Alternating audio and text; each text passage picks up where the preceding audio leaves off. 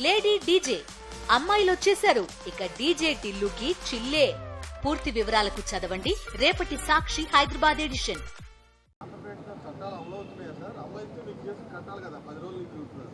కట్టాలి, అయితే చిన్న ప్రొవిజన్ ఉంది వాళ్ళకి.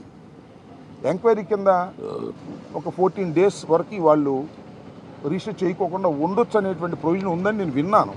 అది కొత్తగా వచ్చినటువంటి యాక్ట్ ప్రకారం ఐపీసీ నుంచి ఇప్పుడు బిఎన్ఎస్ఎస్ వచ్చిన బిఎన్ఎస్ దాని ప్రకారం ఉందని అన్నారు. చూద్దాం, వెయిట్, కొంతకాలం వెయిట్ చేస్తాం.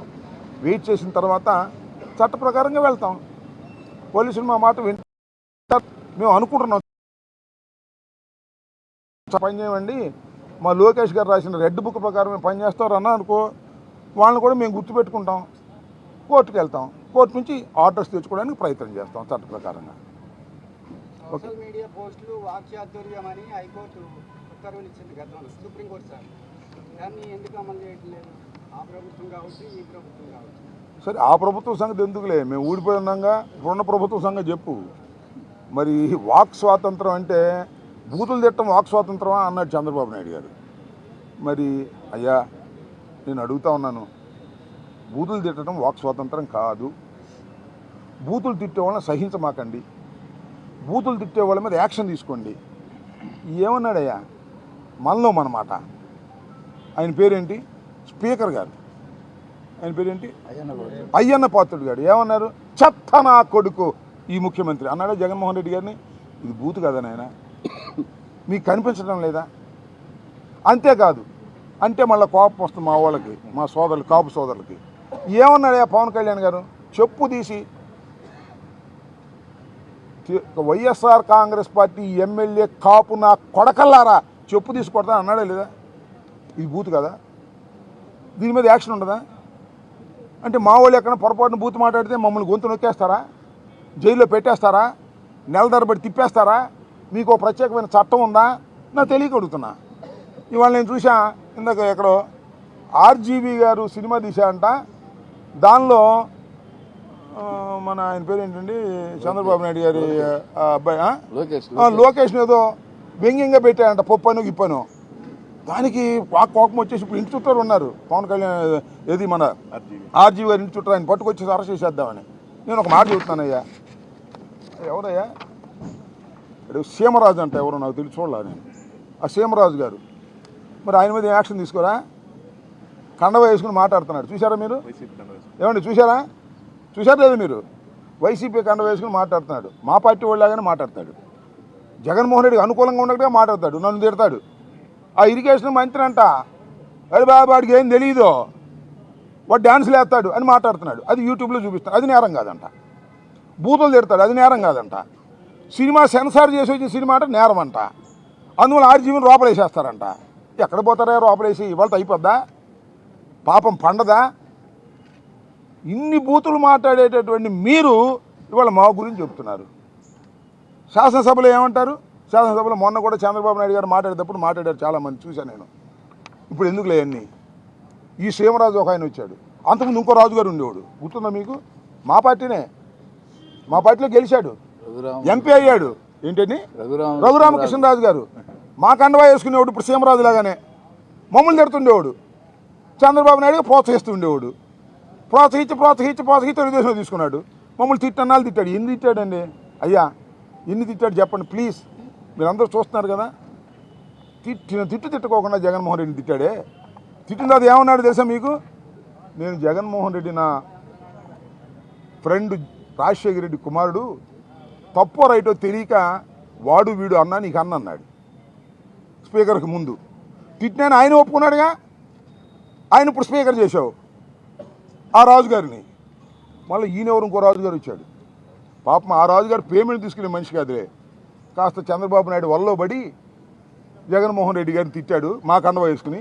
ఇప్పుడు కొత్తగా ఇంకో సీమరాజు గారు అంట, ఆయన వచ్చాడు. ఆయన క్యాష్ మొత్తం లోకేషే, రోజు తిడుతున్నాడు, ఇష్టం వచ్చినట్టు తిడుతున్నాడు.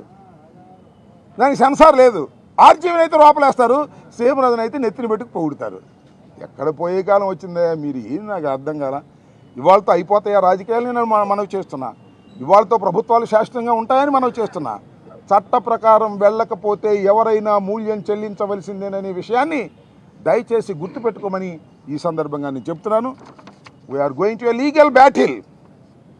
చట్టపరమైన యుద్ధం చేస్తాం, ఎంత దూరమైనా వెళ్తాం, న్యాయం కోసం పోరాడతాం.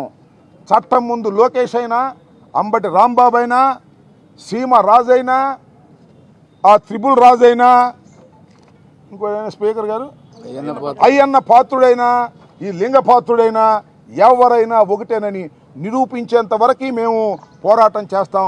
తగ్గేదే లేదని కూడా ఈ సందర్భంగా నేను చెప్పవచ్చు.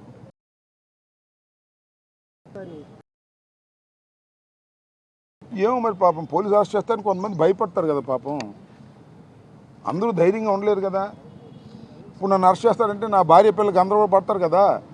అట్లా ఏదన్నా బెదిరించాక ఇదంతా కూడా ఏంటి, మేము అరెస్ట్ చేస్తాం మీరు పోస్టింగ్లు పెట్టొద్దు, మేము అరెస్ట్ చేస్తాం మీరు మీడియాలో మాట్లాడొద్దు, మేము అరెస్ట్ చేస్తాం లోపలేస్తాం మీరు జై తెలుగుదేశం అనండి, వైఎస్ఆర్ కాంగ్రెస్ పార్టీకి రాజీనామా చేయండి. ఇదే కదా.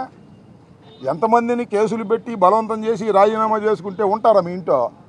మళ్ళీ మీ ఇంటికి నిప్పు అంటుకున్నప్పుడు మా ఇంటికి రారు, వస్తారు. కాలచక్రం గిర్రని తిరిగిద్ది, టర్రని తిరిగి వచ్చేసింది. మళ్ళీ తిరిగి వచ్చేసిన తర్వాత ఉంటుంది భజన. అది విషయం.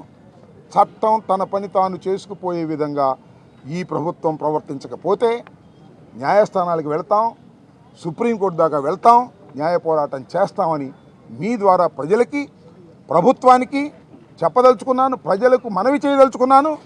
ప్రభుత్వాన్ని, చంద్రబాబు నాయుడు గారిని, లోకేష్ గారిని, రెడ్ బుక్ అధినేతని, writer of the red book, చాలామంది పుస్తకాలు రాశారు, చూశారుగా మీరు. ఈ పుస్తకం ఇంత మహానుభావుడు రాసి చెప్పుకుంటారు. రెడ్ బుక్ రాసింది మాత్రం మన లోకేష్ బాబు గారు. ఆయన శాశ్వతంగా రెడ్ బుక్ రచయితగా నిలిచిపోతాడు. ఆ రెడ్ బుక్కే నీకు శాపం కాబోతుందని కూడా ఈ సందర్భంగా నేను చెప్తున్నాను. ప్రజాస్వామ్యంలో పార్టీలు మారతాయి, పద్ధతులు మారతాయి, గుర్తుపెట్టుకో. అది మీరు తెలుసుకోకపోతే మీరేం చేయలేరు. సన్ స్ట్రోక్ కొట్టింది అంతే. ఇంతకుముందు చాలామందికి సన్ స్ట్రోక్ కొట్టింది. చంద్రబాబు నాయుడు గారికి కూడా లోకేష్ స్ట్రోక్ కొట్టేటట్టు ఉంది, ఎర్ర బుక్ స్ట్రోక్. గుర్తుపెట్టుకోమని మనం వచ్చేసి ఇప్పటికే 5 మాసాలు అయిపోయింది. ఇంకా ఎందుకని మా మీద కక్ష? అధికారం వచ్చింది మీకు. అధికారులు మంచి పనులు చేయండి అయ్యా, రోడ్లు వేయండి అయ్యా, గుంటలు పుడుస్తూ ఎందుకు రోడ్లు వేసేయండి, ఇంకా బ్రహ్మాండంగా చేయండి. ఆ గ్యాస్ బండ్లు ఇవ్వండి, అమ్మఒడి ఇవ్వండి, ఇట్లా డబ్బులు ఇచ్చే కార్యక్రమాలు చేయండి. మీరు వాగ్దానాలు చేసి ఇవ్వండి, కొత్త ఏమొద్దు. అయ్యేం చేయరంట, మమ్మల్ని అరెస్ట్ చేసి లోపలేస్తారంట. చూస్తాం, అది కూడా చూస్తాం. ఏం కంగారు పడాల్సిన అవసరం లేదు. భయపడేవాడు వెనక పారిపోతాడు, ముందుంటాం. తర్వాత టైం వచ్చినప్పుడు భయపడ్డవాడు కూడా ముందుకు వస్తాడు. Don't worry. భయం అనేది సహజం ఈ దేశంలో. వారి కుటుంబాలు పాపం వాళ్ళకు ఉంటాయి. పాపం పోసాని కృష్ణమురళి గారు సినిమా నటుడు, ఏదో మమ్మల్ని అభిమానించాడు, వచ్చాడు.